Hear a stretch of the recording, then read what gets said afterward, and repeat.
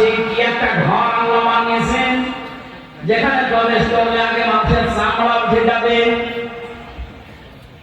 রিমান্ডে আমি দেখেছিলাম মাটির নিচে যখন আমাকে নিয়েছে, তো বহু ভয়ঙ্কর জায়গা আমি দেখেছি। মানুষের যে নখ তুলে নেয়, মাঝে মাঝে যে ডিম দেওয়ার নাম শুনি, এ বাস্তব আমি দেখেছি। যতদিন রিমান্ডে ছিলাম আমি বহু মামলার আসামি, কিন্তু কোনদিন আমার চামড়া পড়ে গেছে না। বহু কষ্টকর সময় পার করেছিলাম খেয়ে না খেয়ে। আমাদের আলেমদের প্রতি একটু বেশি অ্যালার্জি। অধিকাংশ অফিসার গুলো আমার ভাগ্যের খারাপ মনে হয়, ভাগ্যের পরিচিত সব হিন্দু। ওরা তারা আলেম সালেম বোঝে না। আজকে নয়ন হোসেন একজন মুসলিম, ওনার ভাবে যদি আমি পড়তাম হয়তো আর কিছু না বলতাম। এর আগে আলেম দেখেও ভেতরে মায়া আসে।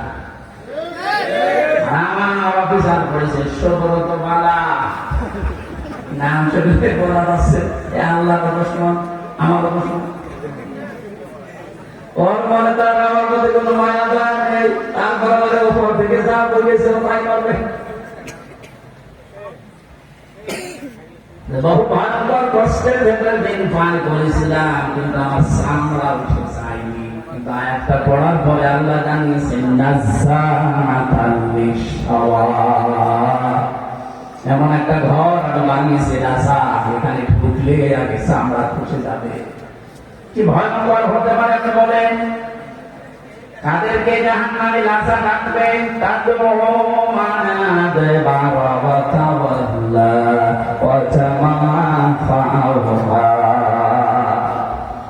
যে মানুষগুলোকে সত্যের দিকে আহ্বান করা হয়, সত্যকে সত্য জানার পরেও যারা অহংকার করে, দোয়া করে, মুখ ফিরিয়ে চলে যায়। আর এই চরিত্রের মানুষ বাংলাদেশে বেশি। জানে যেটা সত্য বিষয়, সত্য পথ, এরপরে হিংসা করে অহংকার করে মানতে চায় না। খালি দেখে যে এটা তো আমার দলীয় লোক না, এটা আমার বাবার মরিদ না, এখন আস্তে করে মুখ ফিরিয়ে চলে যায়। এই যে সত্যকে আপনার মন বলছে যে এটা সত্য পথ, এটা সঠিক পথ, শোনার পরে জানার পরে যদি আপনি মুখ ফিরিয়ে চলে যান, আপনাকে আল্লাহ প্রবেশ করাবে না চায়। কোথায়? কি ভয়ঙ্কর! 2 নম্বরে দুনিয়ায় যারা মাল সম্পদ, অর্থ সম্পদ শুধু জমা করে আর কি করে সংরক্ষণ করা যায় এই চিন্তা ভাবনা থাকে। 15.5 বছরে যারা টাকা পয়সা জমিয়েছে, আপনি দেখেন তাদের দিকে কোনদিন ভুল অক্ষর ভেবেছিল যে এভাবে আমার হঠাৎ করে হারিয়ে যাবে?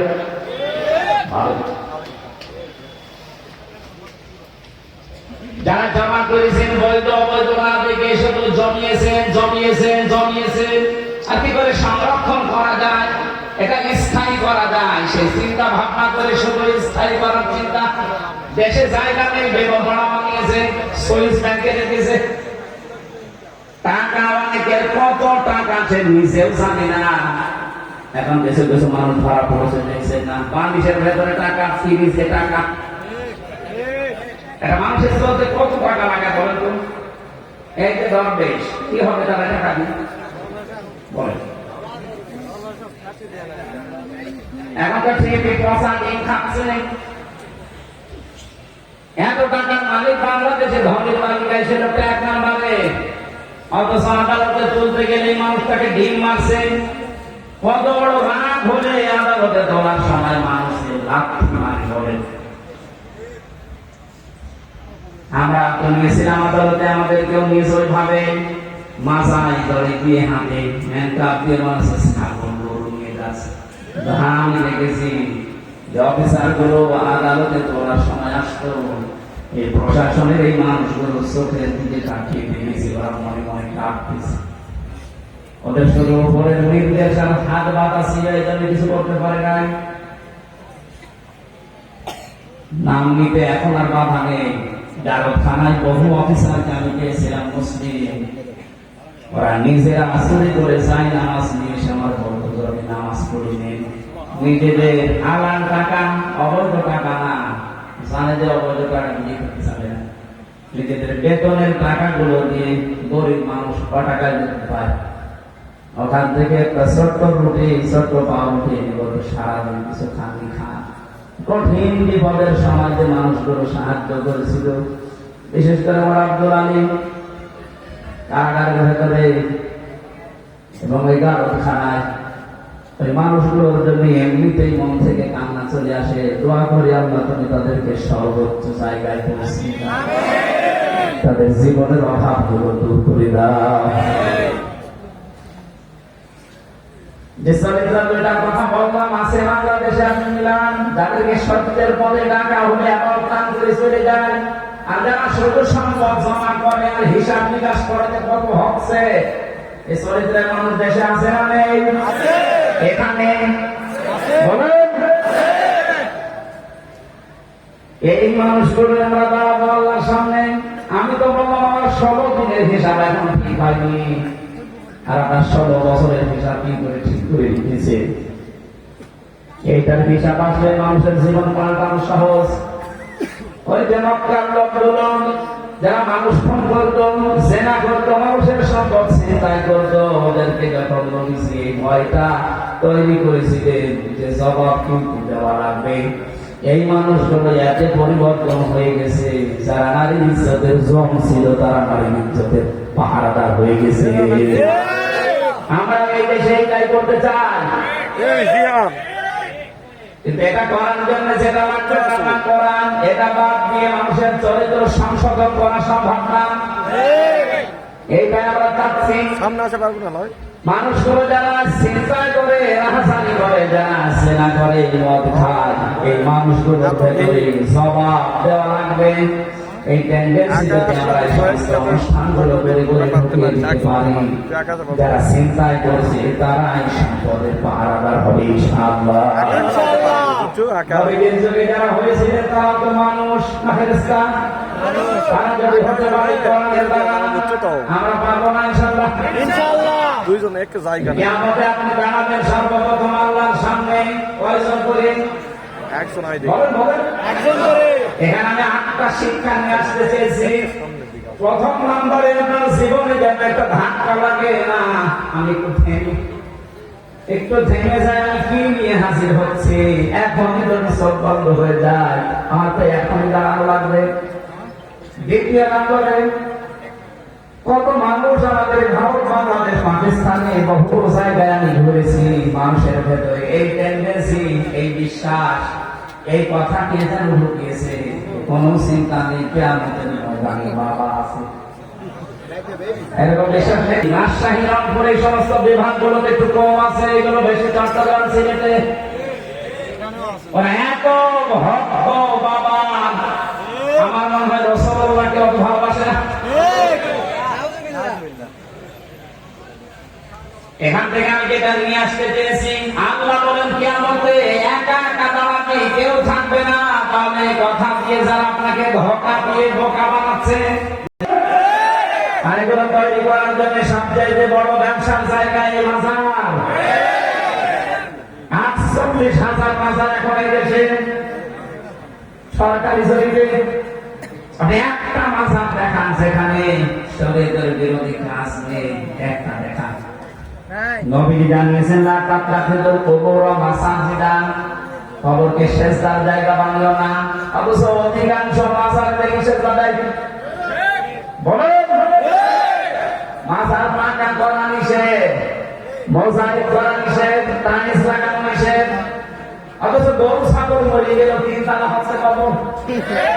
এই জন্যই তো হকটাকে আলেমরা বলছে মাজার ঘুরিয়ে ভেঙে দেন, কোনো কাজ নেই মাজারের।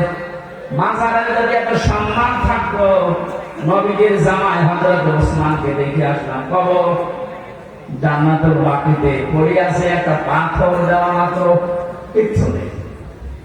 যিনি জান্নাতের গ্যারান্টি জিন্দা অবস্থায় পেয়েছেন দুনিয়ায়, তার খবর যদি শুধু একটা পাথর দেওয়া থাকে মাথার কাছে বা পায়ের কাছে, আপনি কি তার চাইতে বড় কিছু হয়ে পড়েছেন যে আপনার খবর পাকা করা লাগবে?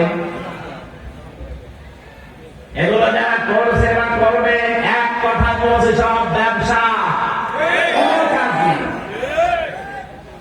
মাথায় আগরবাতি, মোমবাতি, টাকা পয়সা দিলে যদি ভাগ্য খুঁজতো রাসূলুল্লাহর যে কবর আমার মনে হয় 50 পারা হয়ে যেত। কথা বলেন, পৃথিবীর সর্বশ্রেষ্ঠ মানুষের কবরে যদি টাকা দেওয়া না লাগে, মোমবাতি দেওয়া না লাগে, আগরবাতি না লাগে, দোয়াও করতে দেয় না। আমি রাসূলের রওজার পাশে দাঁড়িয়ে হাত তুলেছিলাম যে পুলিশ পাহারা দেয়, ওখানে আমার হাতের উপরে ওই যে লাঠি হাতে থাকে, বাড়ি দিয়ে বসে কি চাচ্ছে নাতি কিছু চাই না, রাসূলের জন্য দোয়া করেছি। আমি আরবিতে ওনারে বললাম, ওনার ভাষা দিয়ে আমার বলছে কি বলেন, আমি যদি দোয়া করার দরকার হয় কাবা শরীফের কাছে, কাবার দিকে তাকান, কাবার মালিকের কাছে কিছু বলেন, রাসূলের কাছে আপনি কি চান, ওখানে কাছে আমি কিছু চাচ্ছি। শ্রেষ্ঠ কবর পৃথিবীতে, তার কবরের পাশে দাঁড়িয়ে যদি কিছু চাওয়া যায় না হয়, পৃথিবীটা কোন মহানদী আছে যেটা কবরের পাশে যে চাওয়া যায়? সুতরাং ভ্রান্ত ধারণা থেকে এটা রেকর্ড হচ্ছে, এই জন্য বলছি কালকে সারা বাংলাদেশ সহ বিশ্বে বাংলা ভাষাভাষী মানুষের কাছে ছড়িয়ে যাবে। সবাইকে আহ্বান জানাচ্ছি, আপনি কিয়ামতে কোনো বাবা নিয়ে উঠবেন না, কোনো পীর সাহেব নিয়ে না, আপনি একা একা উঠবেন। কয়জন করে একা কেউ থাকে না, আপনারা মিলান যে আপনি কি জবাব দেবেন। এ ধারণা যারা ঢুকিয়েছে তাদের ওই কথা দরবার ঠিকানোর ব্যবসা। আমি তো কোরআনের আয়াত বলে দিয়েছি, সূরা মারিয়াম 95 নম্বর আয়াত, এর উপরে কোনো দলিল পৃথিবীতে আছে? এরপরও যদি কারো মন খারাপ হয় তাহলে এই আয়াতটিকে বাদ দিয়ে দেন। বিচারের দ্বিতীয় ধাপ, আমাদের বাংলাদেশের 4 প্রকারের রায় হয় আমরা দেখেছি। এই জয়পুরহাটের জেলা আদালত যেটা আছে, এখানে ম্যাজিস্ট্রেট কোর্টে একটা রায় হয়, এরপরে জজ কোর্টে আবার রায় হয়। এখানে যদি আপনার রায় বিপক্ষে যায়, আপনি হাইকোর্টে যান ঢাকায়, হাইকোর্ট থেকে যদি আপনি ন্যায় বিচার না পান, মনে করেন আমি অবিচার হয়েছে আমার প্রতি, আপনি আর একটা কোর্টে যান, সুপ্রিম কোর্টে যান, এর উপরে আর কোন কোর্ট এদেশে আছে? বলেন বলেন। বাংলাদেশের রায় হয় কয় প্রকার? আল্লাহ পাক যে রায় দেবেন কিয়ামতের ময়দানে, যে ধাপ বানিয়েছেন আমাদের যেন 4 ধাপ, আল্লাহর রায় হবে 2 ধাপ। প্রথমে আল্লাহ আপনাকে ডাকবেন একা একা, দ্বিতীয় নম্বরে আপনাকে বলেন একা একা। এইটা বোঝানোর জন্য আমি পর্যন্ত এসেছি, শুনতেছেন?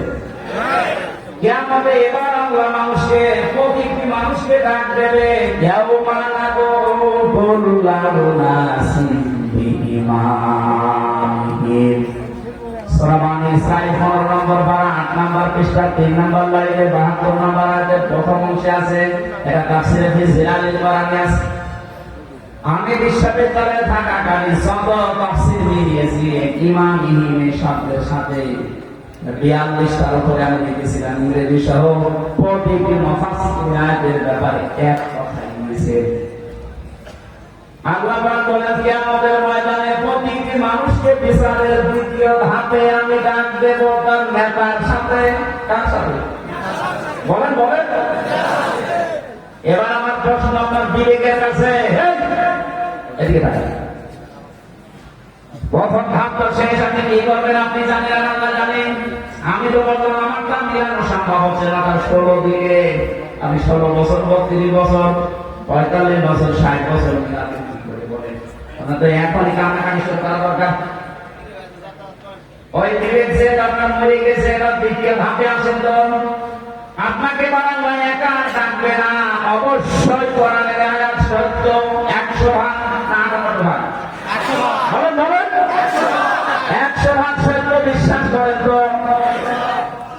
আল্লাহ এবার আপনাকে ডাকবে আপনার ইমামের সাথে। এখানে ইমাম মানে নেতা, ইমাম মানে কি? আপনি বলেন যে নেতার পেছনে আপনি স্লোগান দিচ্ছেন, যাকে আদর্শ বলে ঘোষণা দিচ্ছেন যে আমার নেতা তোমার নেতা, এই নাম বলে যাকে আপনি রায় দিচ্ছেন, সাপোর্ট দিচ্ছেন, যার পক্ষে সুপারিশ করেন, সাফাই গান, কিয়ামতে ওই লোকটা আপনার সামনে থাকবে, আপনি পেছনে। কি মনে হয় আপনার যে নেতার পেছনে আপনি ধরেন, যারা আদর্শ মতো চলেন, ওর যে চরিত্র, ওর যে সুরাত সিরাত, ওরে আল্লাহ দেখবে মাফ করবে বলে মনে হয়? ধরা কথা।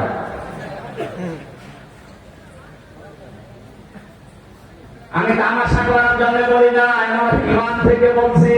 কোরআনের এই চোখটা লাগিয়ে আমি দেখতে পাচ্ছি আমরা 100 দলের এই দেশে 98 জন ধরা খেয়ে বসে আছি। এই জন্য বলছিলাম এটা সে দুনিয়ার বিষয় হলে বলতাম না, এর সম্পর্ক আখিরাতের সাথে। ইয়াসিন আল্লাহর ঘোষণা দেওয়া নেতা এই একজন, তাকে না মেনে আপনি তাকে মানেন, তিনি যদি আপনার সামনে থাকতেন মুহাম্মদুর রাসূলুল্লাহ, আপনার চিন্তা থাকতো না। কথা বলে না, তিনি বাদ দিয়ে আপনি তাকে মানেন, আপনি তো তাকে মানেন না। যাকে মানেন বলেন তো সেই লোকটা আপনার সামনে এখন দাঁড়িয়ে, আপনি পেছনে। আল্লাহ পাকে তাকাবে তার দিকে, তার যে সুরাত সিরাত, তার চরিত্র কিছু না হলো কিছু আপনি জানেন। আপনার চাইতে বেশি জানে ওর সম্পর্কে কে? আরো জোরে বলেন।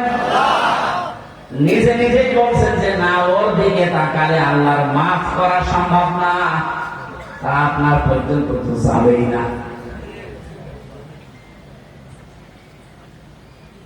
আমার ভয় হচ্ছে এই কারণে যে আমরা না জানি ওই ময়দানে অধিকাংশ মানুষগুলো দাঁড়িয়ে থাকি কিনা। আল্লাহর ঘোষণা দেওয়া নেতা যেহেতু মুহাম্মদুর রাসূলুল্লাহ, আর উনি শুধু বাংলাদেশের জন্য না, ভারতের জন্য না, তামাম দুনিয়ায় যত রাষ্ট্র আছে যেখানেই বাস করেন আপনাকে বিশ্ব অভিনেতা মানা লাগে।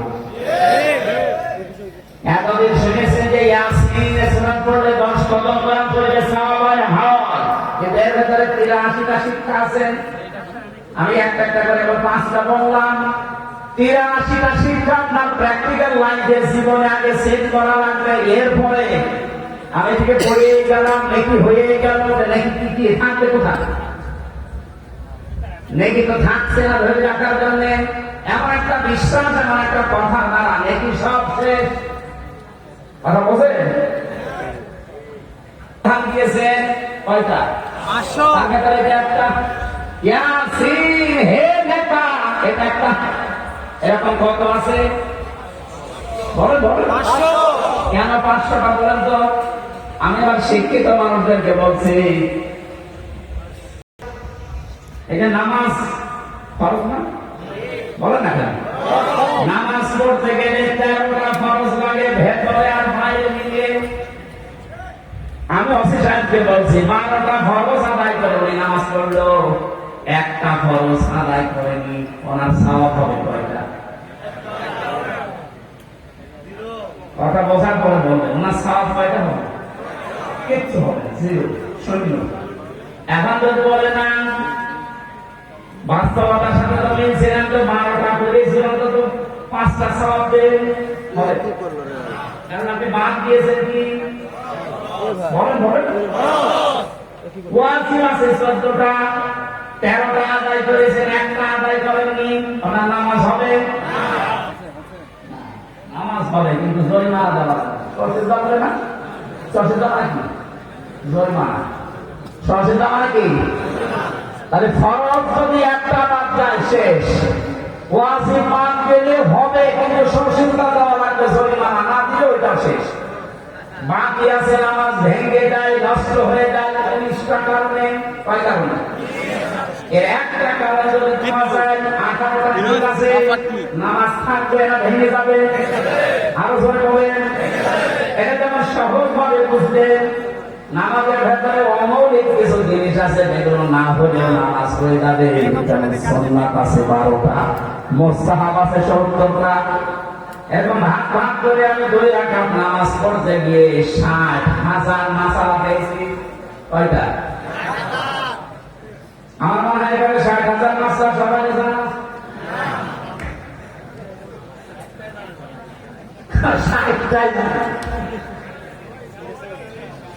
যে জন্য আমি পর্যন্ত আসমানে বার আসেন। এই যে মঞ্চটা, এই মঞ্চের মৌলিক জিনিস 2টা, একটা খুঁটি আর একটা সামনে।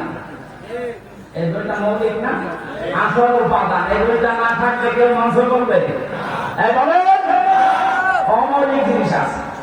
এই যে টিস্যু বক্স, এই মাইক, এটা ফোন দেওয়া আছে, বিউটি খান করেছি, এ চেয়ার দেওয়া, এ টেবিল আছে, এগুলো কি না